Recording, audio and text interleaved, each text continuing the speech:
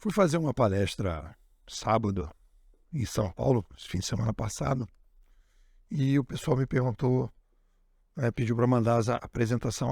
Pô, manda a apresentação para a gente botar aqui para rodar e tal. Eu falei, olha, não tem apresentação. Já falei isso na primeira vez que 2005, foi a primeira vez que eu fui dar aula em pós-graduação, estava nervoso, estressado, ansioso. Preparei, né? Era sexta e sábado, preparei 400 e tantos slides. E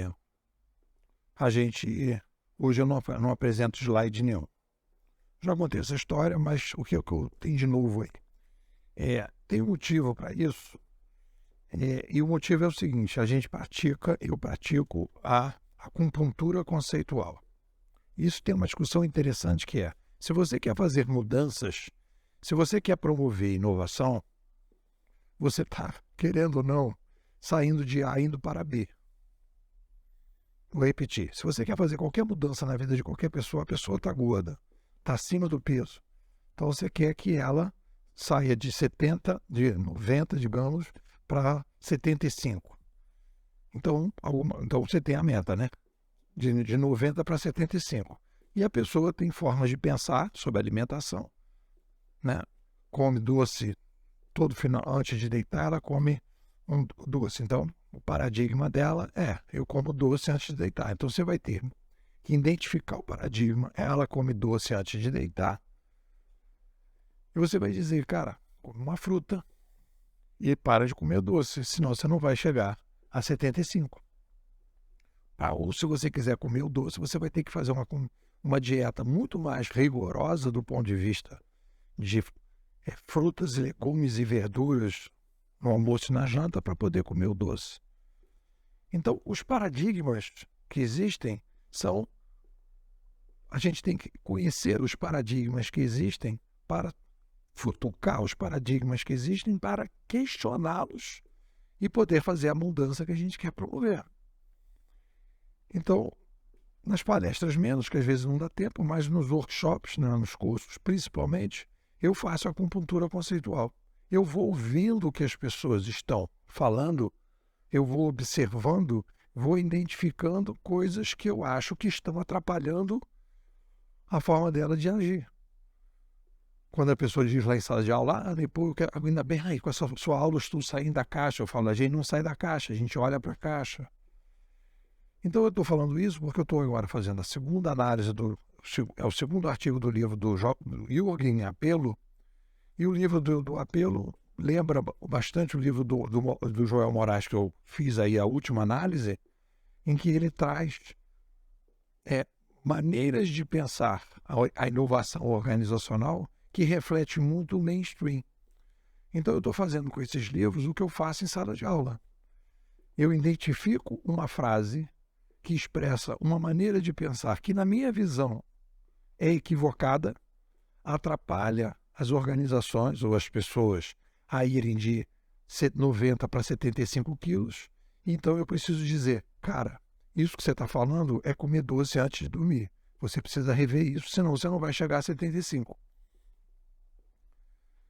Então eu vou fazendo esse trabalho. No primeiro artigo, eu fiz um questionamento, né, dentro dessa visão de acupuntura, quando ele fala de rede social, né? Aí ele fala que as organizações são redes sociais, como se fosse uma descoberta. As organizações sempre foram redes sociais.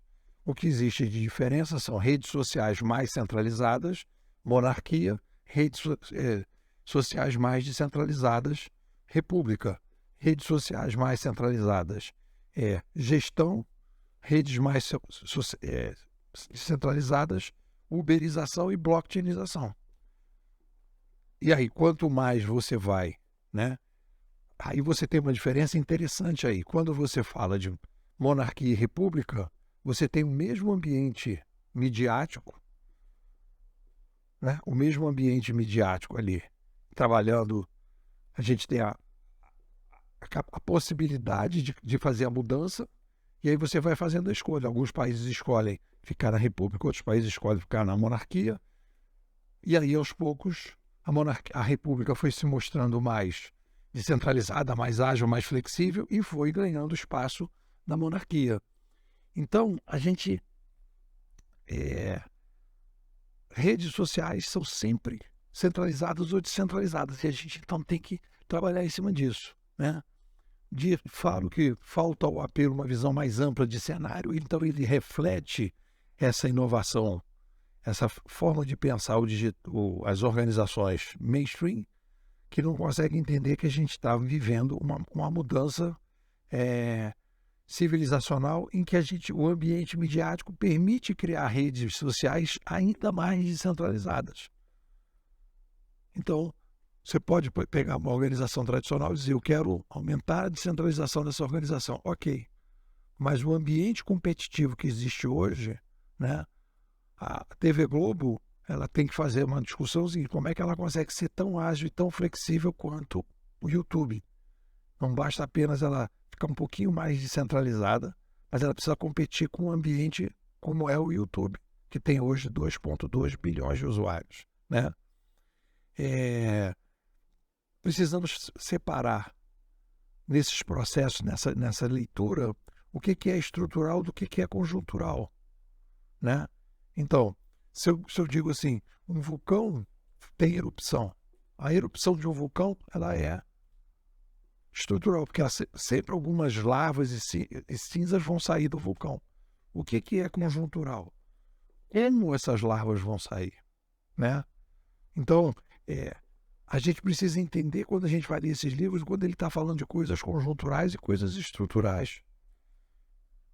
Redes sociais sempre existiram, redes sociais sempre aconteceram na sociedade. Aprendizado, aqui também fala do aprendizado. A gente precisa transformar as organizações em aprendizado.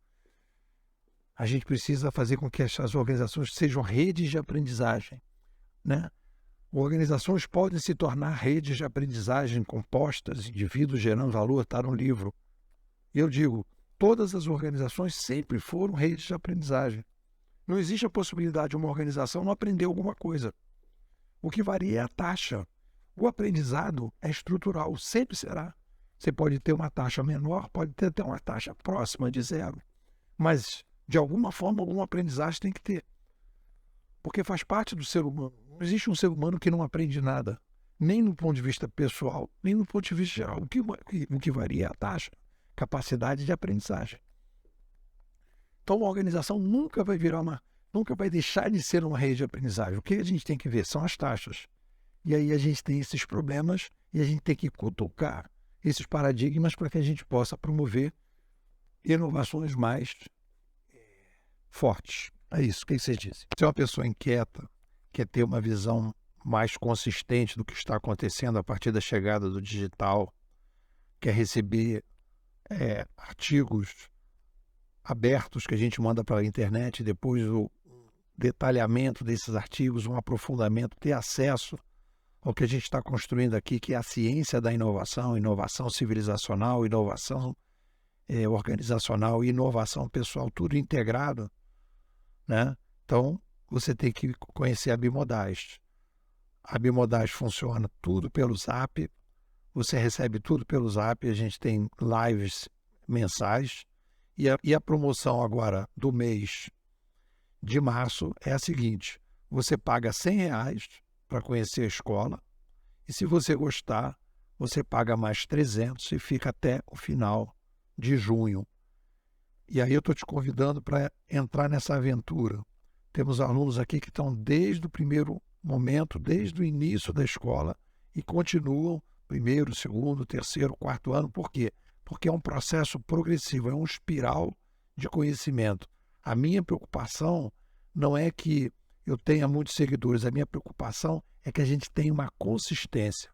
É uma aposta no longo prazo, é uma aposta em que a gente tem que entender o longo prazo para tomar decisões melhores no curto e no médio prazo.